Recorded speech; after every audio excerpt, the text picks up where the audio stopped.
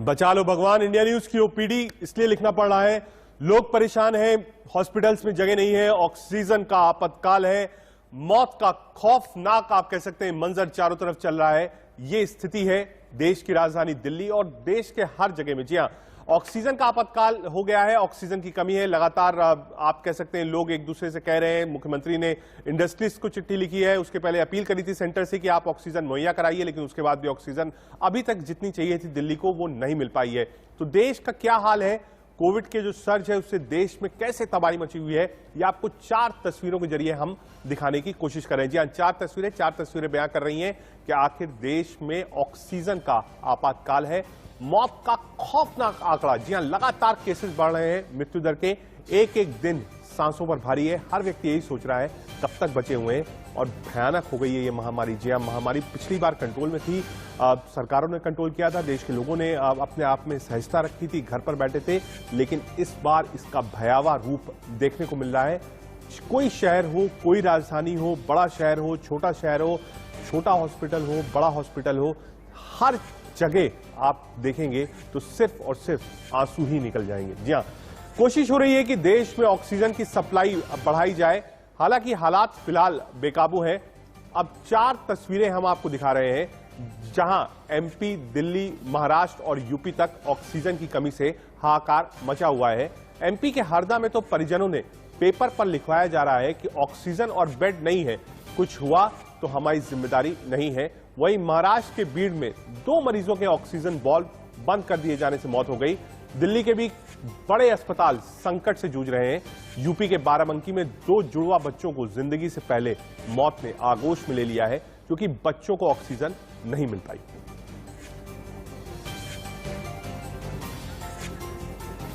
चार तस्वीरें हम आपको दिखा रहे हैं, किल्लत कितनी है, ऑक्सीजन की कमी है, लोगों की जान जा रही है। हॉस्पिटल्स बार बार सोशल मीडिया पर आ रहे हैं, मीडिया पर आ रहे हैं, ऐलान कर रहे हैं कि हमारे पास ऑक्सीजन नहीं है। कोई कह रहा है 2 घंटे की है, कोई कह रहा है 3 घंटे की है। कैजुअलिटीज भी हुई है, चाहे कानपुर हो, चाहे दिल्ली हो, चाहे रेवाड़ी हो। ऑक्सीजन खत्म होने से लोगों की मौत हो गई क्योंकि ऑक्सीजन थी नहीं, शिफ्ट नहीं कर पाए। मुंबई में तो एक जगह शिफ्ट किया गया, शिफ्ट करने के बाद भी मौत हो गई। जी हाँ, सिर्फ सरकारों का सिस्टम ही लचर नहीं है, हवा ही ऐसी चल रही है कि अपने भी बेदर्द साबित हो रहे हैं। कानपुर में मां के कोरोना पॉजिटिव होने के बाद एक बेटा उसे अपनी बहन के घर छोड़ाया। जब बेटी दामाद को मां की बीमारी की खबर मिली तो उन्होंने भी मां का घर से घुसने नहीं दिया। इस बीच बुजुर्ग महिला की हालत ज्यादा खराब होने लगी तो पुलिस ने एम्बुलेंस की मदद से महिला को अस्पताल में भर्ती कराया, जहां महिला की मौत हो गई।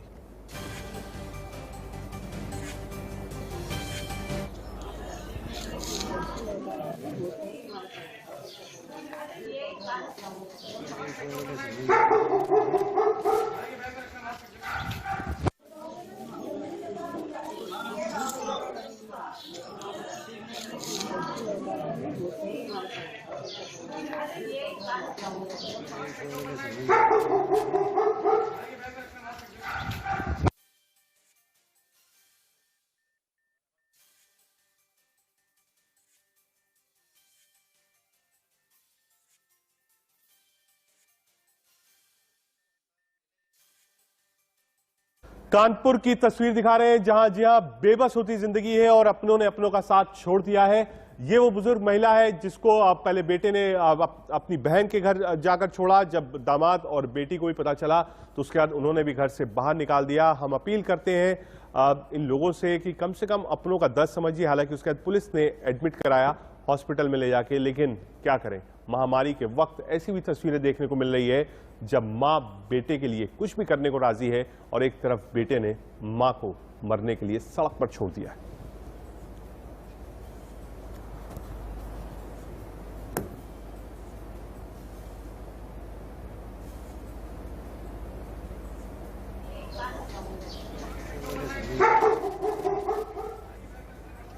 क्या करूं यार,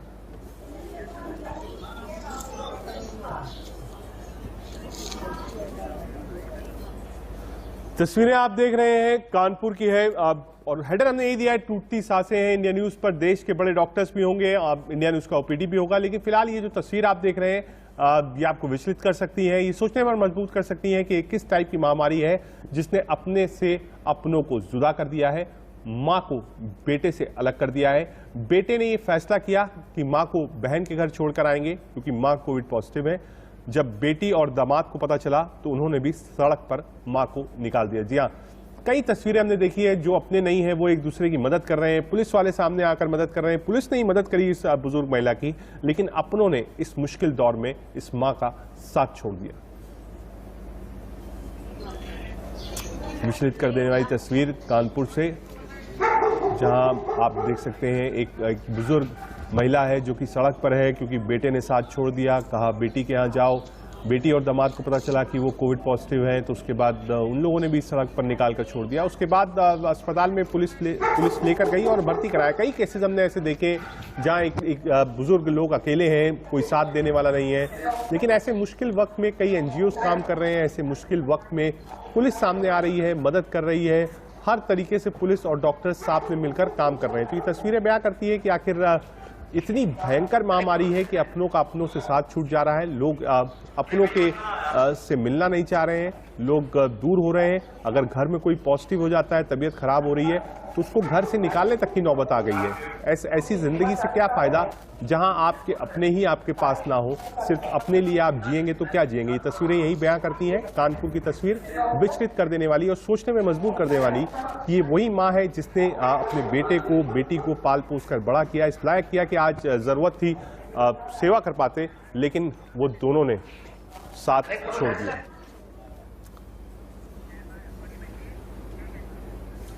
देश सहित महाराष्ट्र के कई ऐसे अस्पताल हैं जहां ऑक्सीजन सिलेंडर की कमी है। महज कुछ ही समय में ऑक्सीजन बची है। ऐसी परिस्थिति में जहां पूरे देश में ऑक्सीजन की किल्लत है, वहीं मुंबई के भिवंडी बाजार में मुस्लिम समाज ऑक्सीजन मुहैया करा रहा है। ट्रस्ट जो फूल गली मस्जिद से चल रहा है और इसके अंडर दारुल फैजान मुफ्ती आजम भी चलता है। तो जब इस कोविड की महामारी में ऑक्सीजन की कमी पाई गई लोगों में, तो डॉक्टर्स ऑक्सीजन का लिख के देते थे, लोग भागते थे ऑक्सीजन कहाँ मिलता है, क्या मिलता है। अब ऑक्सीजन का सिलेंडर तो मिल गया, उसके ऊपर की जो किट है ना, वो 2000, कोई बोलता है 3000, वो भी एक परेशानी थी। जब तक कि वो अरेंज होता था, पेशेंट नहीं रहता था। तो हम लोग ने कहा कि भाई एक अब खाना खिलाओ, ठीक है, ये भी एक सर्विस है, इसको भी लोगों में बांटना चाहिए। खाने का तो हम लोग पैसा नहीं लेते ना, इसका भी पैसा हमने फ्री कर दिया इसको भी कि भाई ये भी एक खिदमत है। लगभग 11 महीने हो चुके, 10-11 महीने हो चुके। 1 जून से हमने स्टार्ट किया था 2020 ने। वो आइडेंटिफिकेशन तो नहीं, क्योंकि कॉल से हमें पता चल जाता है। डॉक्टर्स भी कॉल करते हैं हमें, पेशेंट्स के लिए चाहता है। तो हम डॉक्टर्स को भी यही कहते हैं कि आप पेशेंट्स के रिलेटिव्स के साथ उनका आधार कार्ड और आप लिख के दे दीजिए कि इस पेशेंट को ऑक्सीजन की ज़रूरत है। नहीं, हमने कोई चार्जेस नहीं रखा है, सिर्फ डोनेशन बॉक्स रखा है। जिसकी इस्तेताअत है वो डाल दे, जो नहीं डाल सकता है उसके लिए हमारी कोई शिकायत नहीं।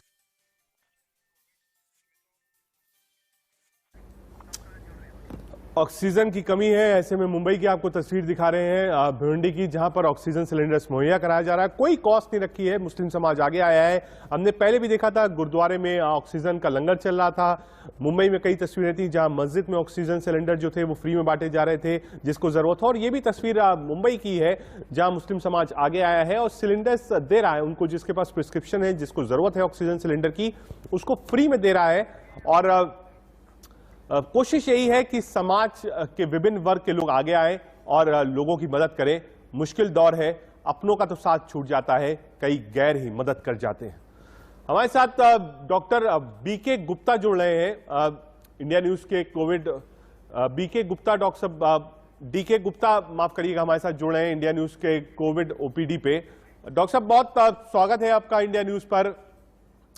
लगातार हम इंडिया न्यूज की जो ओपीडी है, हमने नाम दिया है, वो इसलिए दिया है कि कम से कम जो लोग घर में हैं, जिन लोगों को दिक्कत है, हॉस्पिटल तक, नर्सिंग होम तक नहीं जा पा रहे हैं, टेली कॉन्फ्रेंसिंग से डॉक्टर से बात नहीं कर पा रहे हैं, कम से कम कुछ ऐसे कॉलर्स हों जिनके मन में कुछ शंका हो, उनको लगता हो टेस्ट कराना है, नहीं कराना है, पॉजिटिव हो गए तो क्या दवाई खानी है, नहीं खानी है, उसको लेकर हम उनके सवाल लेते हैं और आप की राय रखते हैं कि हाँ आपको क्या करना चाहिए। डॉक्टर साहब, एक मूलभूत सवाल जो मैं आपसे समझना चाह रहा हूं जिस तरीके से पैंडेमिक चल रहा है, वैक्सीनेशन का काम काफी स्लो हुआ है, मुझे लगता है ये बात आप भी मानेंगे, लेकिन आपको लगता है कि बिना वैक्सीनेशन के अब पैंडेमिक से जीतना बिल्कुल असंभव है?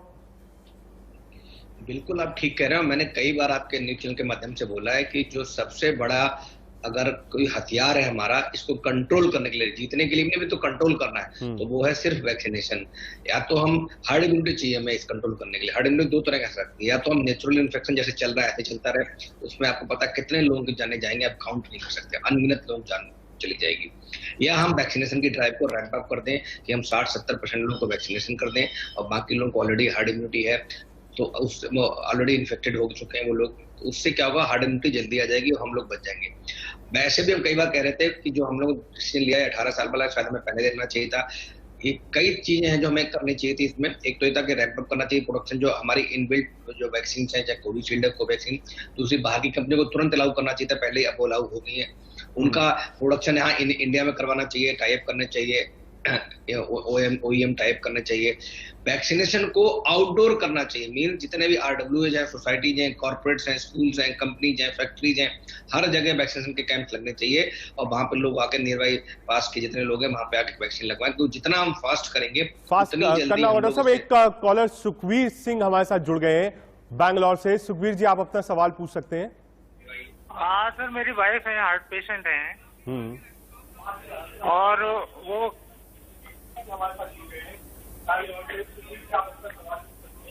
सर मेरी वाइफ हार्ट पेशेंट है और वो एसीट्रोम और एटेनॉल पे हैं। एसीट्रोम 2 mg ले रही हैं डेली और वो लासीलेक्टोन प्लस लासीलेक्टोन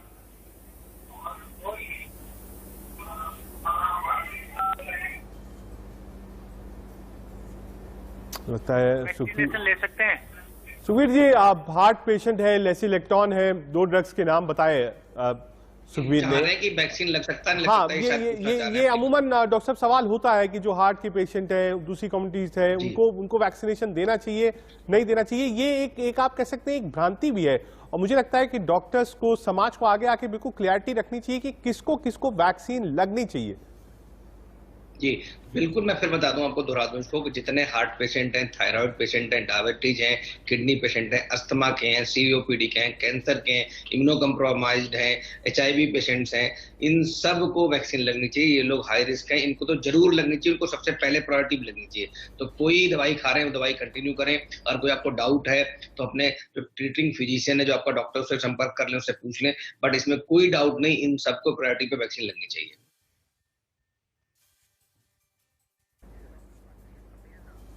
हेलो, रुक जाओ। हेलो हेलो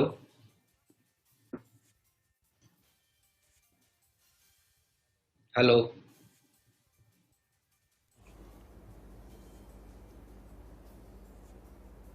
डॉक्टर साहब, लगातार इसको लेकर एक बड़ी चर्चा बनी हुई है कि क्या जो वैक्सीनेशन है, क्या उसको कंपलसरी देश में कर देना चाहिए, क्योंकि जिस तरीके की स्थिति है उस स्थिति में लोग बाहर नहीं निकल रहे हैं। लोग कह रहे हैं कि अगर हम हॉस्पिटल जाएंगे, नर्सिंग होम जाएंगे वैक्सीनेशन कराने, तो हो सकता है कि हम भी इन्फेक्ट हो जाएं। तो क्या कुछ ऐसी पॉलिसी सरकार को लानी चाहिए जहां वैक्सीनेशन बिल्कुल कंपलसरी कर दिया जाए, क्योंकि उसके बिना आप ये जंग नहीं जीत सकते? बिल्कुल ठीक कह रहा हूं। मैं कई बार इस चीज को उठा भी चुका हूं आपके चैनल के माध्यम से कि हम सबको, जो 18 साल से ऊपर के लोग हैं, उन सबको वैक्सीनेशन कंपलसरी कर देना चाहिए। अगर उनको कहीं दूसरे डिस्ट्रिक्ट में, दूसरे प्रदेश में ट्रेवल करना है तो उनको इम्यूनाइजेशन पासपोर्ट जैसा होता है, इम्यून पासपोर्ट दूसरे देश मांग रहे हैं, उस तरह की कर देना चाहिए। अदरवाइज लोगों के मन में बहुत सारे जो शंकाएं हैं उसकी वजह से लोग डिले करते रहेंगे। जब हम लोग मास्क कंपलसरी कर सकते हैं, जब हम लोग लॉकडाउन लगा सकते हैं, दुनिया को ठहरा सकते हैं, दुनिया रोक सकते हैं, हर चीज को रोक सकते हैं, तो हम वैक्सीनेशन कंपलसरी क्यों नहीं कर सकते? तो खाली उस मरीज जिसको लगा रहे हैं उसके लिए जरूरी नहीं है, उसके आसपास दूसरे लोग हैं उनके लिए भी जरूरी है। ठीक है, एक कॉलर हमारे साथ अमित जुड़ रहे हैं जबलपुर से। अमित, आप अपना सवाल पूछिए। सर नमस्कार, ये मेरे को लास्ट ईयर ब्रेन फीवर हुआ था, जिसकी मेडिसिन 1 साल से चली और अभी भी 1-2 दवाइयां चल रही हैं, तो क्या मैं वैक्सीन लगवा सकता हूँ? मैनेजेटिक लिम्फोसिस हुआ था। बिल्कुल लगवा सकते हैं, कोई दिक्कत नहीं। अगर आप ठीक हैं, हेल्दी हैं, अगर किसी को कोविड भी हो गया है पहली डोज लगवाने के बाद में, या पहले कोविड हो चुका अभी तो कोई डोज नहीं लगी है, तो कोविड से ठीक होने के बाद वो पहली डोज ले सकता है, या दूसरी डोज दी हो तो वो ले सकता है 4 या 6 हफ्ते में, जो भी डोज है उसकी, कोवैक्सीन या कोविशील्ड। तो नॉर्मली हम कहते हैं कि अगर आपको कोविड डिजीज हो गई, कोविड बीमारी हो गई है, तो रिकवरी के 15 दिन बाद आपकी जो शेड्यूल्ड डोज है उसको आप ले सकते हैं। लेकिन डॉक्टर साहब, अब ऐसे केसेस बहुत आ रहे हैं जहां आपकी पहली वैक्सीन आपने ली है, दूसरी के लिए आपको इंतजार करना था और कोविड हो गया, तो आदमी कहता है कि देखिए अब ये साइड इफेक्ट था, मुझे फीवर आ गया, उसके बाद कोविड हो गया। एक भ्रांति ये भी पैनी, और ये एक स्टडी बताती है कि जिन्होंने एक वैक्सीन ली थी, दूसरी डोज लेनी थी, उनमें से 10 में से लगभग 3 से 4 लोगों को कोविड हुआ है। हाँ बिल्कुल, काफी लोग ऐसे हैं जिनको पहले डोज लगने के बाद सेकेंड डोज लगने से पहले ही कोविड हो गया है। तो बिकॉज उनका एंटीबॉडी टाइटर्स कम होता है फर्स्ट डोज के बाद, तो उस वजह से इम्यूनिटी इतनी अच्छी नहीं होती, इसलिए कोविड होगा। लेकिन फिर भी फर्स्ट डोज लगने के बाद भी जिनको कोविड हो रहा है, उनको कुछ ना कुछ प्रोटेक्शन मिलती है, उनके अंदर कॉम्प्लिकेशंस कम होते हैं, डेथ के चांसेस कम होते हैं, सीवियरिटी डिजीज की कम होती है, ड्यूरेशन कम होता है। तो ऐसा नहीं कि हमें फर्स्ट डोज के बाद अगर कोविड हो गया है तो उतनी सीवियरिटीज होगा जितना बिना डोज वैक्सीन के लगता। तो इसलिए ये बिल्कुल क्लियर कट गाइडलाइंस हैं, डब्ल्यूएचओ की गाइडलाइन, डब्ल्यूएचओ की हमारे मिनिस्ट्री ऑफ हेल्थ की गाइडलाइंस हैं कि अगर आपको सेकेंड डोज लगने से पहले कोविड हो गया है तो जो 15 दिन रिकवरी के, या जो भी सेकेंड डोज की ड्यू डेट है उस पे आपको अपनी वैक्सीन लगवानी चाहिए। अगर मान लीजिए कि मुझे कोविड की वैक्सीन मैंने 1 हफ्ते पहले लगाई है, अब मुझे अभी कोविड हो गया और मुझे 15-20 दिन में मैं ठीक हो जाता हूँ, तो नेक्स्ट डोज मेरी शेड्यूल टाइम पे लगेगी, लगभग 2 हफ्ते का टाइम हमें मिल जाएगा रिकवरी के बाद। अगर सेकेंड डोज ड्यू से जस्ट पहले लग गया है तो फिर आपको रिकवरी तक वेट करना पड़ेगा, 15 दिन रिकवर होने के बाद। डॉक्टर साहब, एक कॉलर हमारे साथ है दिल्ली से, सचिन आप अपना सवाल पूछ सकते हैं। हाँ जी सर, एक्चुअली मेरे ना 3 दिन से जैसे अभी 3 दिन पहले दिल्ली में बारिश हुई थी ना, तो थोड़ी ठंड के साथ ना छींके आने के बाद अगले दिन नाक ब्लॉक हो गया था, ठीक है ना, हल्का सा बलगम भी जम रहा है। तो मैं ये अमोक्सी 500 mg और इसके साथ पैरासीटामोल, एक कफ्यू, ये टैबलेट ले रहा हूँ। आराम तो बहुत है मेरे, ठीक है, ना ही कोई छाती में प्रॉब्लम है, ना ही कुछ है, तो कोई कोरोना की तो कोई दिक्कत नहीं ना ये।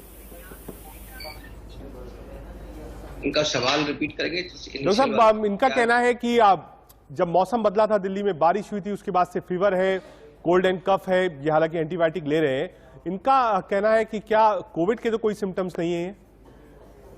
बिल्कुल, एक कोविड के ही सिम्टम्स हो सकते हैं। अगर किसी मरीज को बुखार है, खांसी है, जुकाम है, सर दर्द है, गले में दर्द है, पेन एब्डोमेन है, पेट में दर्द है, लूज मोशन, वॉमिटिंग है, नेजल टेस्ट नहीं आ रहा, नाक में सूंघ नहीं आ रही, मुंह में टेस्ट नहीं आ रहा है, इनमें से कोई भी 2-3 सिम्टम्स हैं तो until and unless proved otherwise आप कोविड सस्पेक्ट ही हैं, जब तक कि आपकी आरटी-पीसीआर रिपोर्ट और सीटी टेस्ट नेगेटिव ना हो। तो इसलिए कृपया करके अपना सस्पेक्ट माने, अपनी टेस्ट रिपोर्ट जरूर कराएं। सस्पेक्ट मानिए। और पैंडेमिक में डॉक्टर्स ये बात कहते हैं कि 99% अगर आपको फीवर है, कोल्ड है, कफ है, तो आप कभी ये मत सोचिए कि आपको कोविड नहीं है। आप 99% समझिए कि आप कोविड है, आप प्रिकॉशंस लीजिए, आइसोलेट कीजिए अपने आप को। भगवान न करे आपको कोविड हो, लेकिन आपको सोचना यही है कि आपको कोविड है। डॉक्टर साहब, बहुत शुक्रिया, आप हमारे साथ जुड़े, आपने कॉलर्स से बातचीत करी, जो परेशान थे उनको बताने की कोशिश करी कि हाँ आपको क्या करना है, क्या नहीं करना है। इंडिया न्यूज़ की ओपीडी जो है वो दिन भर चलेगी, दिन भर हम आपको बताएंगे। डॉक्टर्स का एक बड़ा पैनल होगा, देश भर में क्या हो रहा है, ऑक्सीजन की कमी कहाँ है, कहाँ ऑक्सीजन पहुंच रही है, कहाँ बेड्स है, सारी जानकारी देंगे। और एक बड़ा पैनल दिन भर डॉक्टर्स का होगा जो लगातार आपका मार्गदर्शन करेगा। एक छोटा सा ब्रेक, आप देखते रहिए इंडिया न्यूज़।